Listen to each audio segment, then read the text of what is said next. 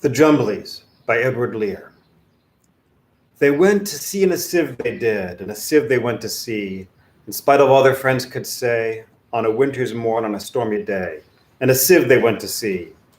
And when the sieve turned round and round, and their friends cried out, starting again.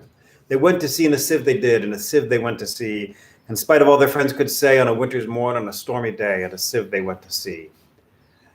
And when the sieve turned round and everyone cried, "You'll all be drowned," they called aloud, "Our sieve ain't big. We don't care a button, don't care a fig. And a sieve will go to sea, Far and few are the lands where the Jumblies live. Their heads are green and their hands are blue, and they went to sea in a sieve. And they went to sea in a sieve they did, and a sieve they sailed so fast, but only a beautiful pea-green veil tied with a ribbon by way of a sail to a small tobacco pipe mast. And everyone who watched them go, "Oh, won't they soon be upset, you know, for the sky is dark and the voyage is long, and happen what may, it's extremely wrong in the sieve to sail so fast." Far and few are the lands where the Jumblies live. Their heads are green and their hands are blue, and they went to sea in a sieve. So to keep them dry, they wrapped their feet in a pinky paper all folded neat and fastened it down to the pen. And they spent the night in a crockery jar. And each of them said, "How wise we are! Though the sky be dark and the voyage be long, we will never think we rash or wrong, while round in our sieve we spin. Far and few are the lands where the Jumblies live. Their heads are green and their hands are blue, and they went to sea in a sieve." And all that night they sailed away, and after the sun went down, they whistled and warbled a moony song to the echoing sounds of our coppery gong and the shades of the mountain brown. "Oh, Timballo, how happy we are when we live in a sieve in a crockery jar, and all night long in the moonlight pale we sail away with a pea-green sail and the shade of the mountains brown. Far and few are the lands where the Jumblies live. Their heads are green and their hands are blue, and they sailed to sea in a sieve. They sailed to the western sea, they did, to a land all covered with trees, and they bought an owl and a pound of rice and a cranberry tart and a hive of silvery bees. And they bought a pig and some green jackdaws, and a lovely monkey with lollipop paws, and a sausage roll to go with their tea, and 40 bottles of Ringbo Ree, and no end of Stilton cheese.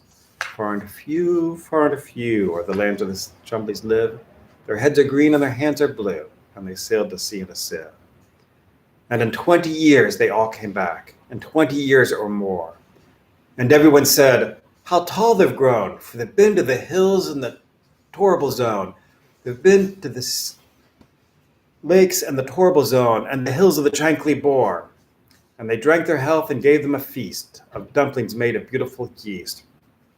And each of them said, "If only we live, we too will go to sea in a sieve, to the hills of the Chankly Boar. Far and few are the lands where the Jumblies live.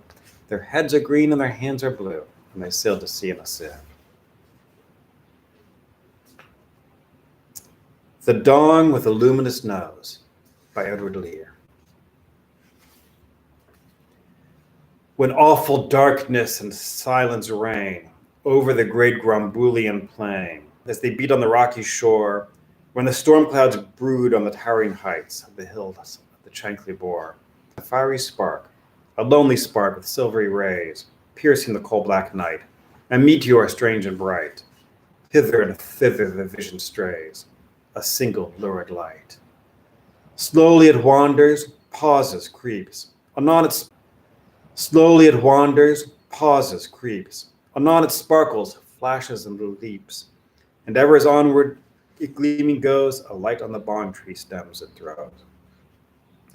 And those who watch at that midnight hour, from hall or terrace or lofty tower, cry as the wild light passes along, "The Dong! The Dong! The wandering Dong through the forest goes. The Dong! The Dong!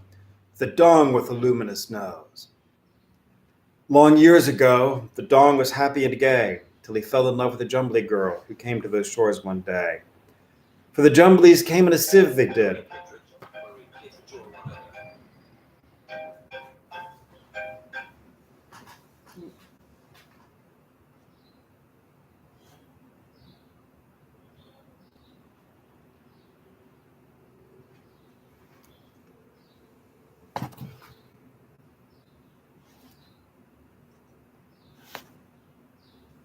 Hey, I try to pull my phone out of my pocket.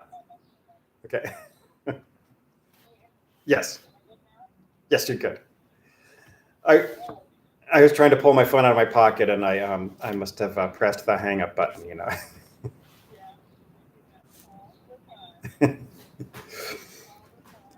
I've been meaning to call you.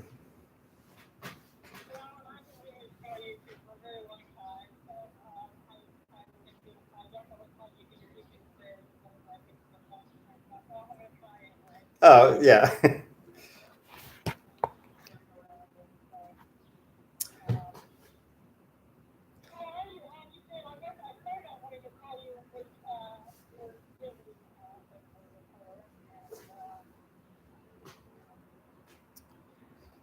Yeah, yeah. um, Not a whole lot. Let me see. My visit with mom, that went pretty well. I think she's doing fine. I didn't notice any big issues there. Um,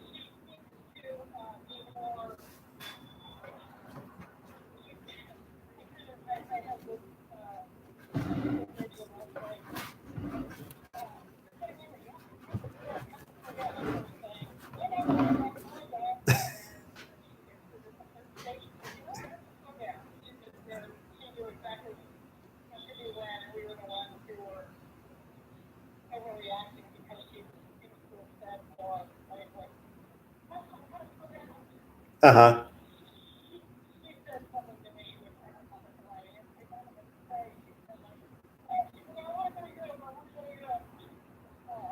Yeah.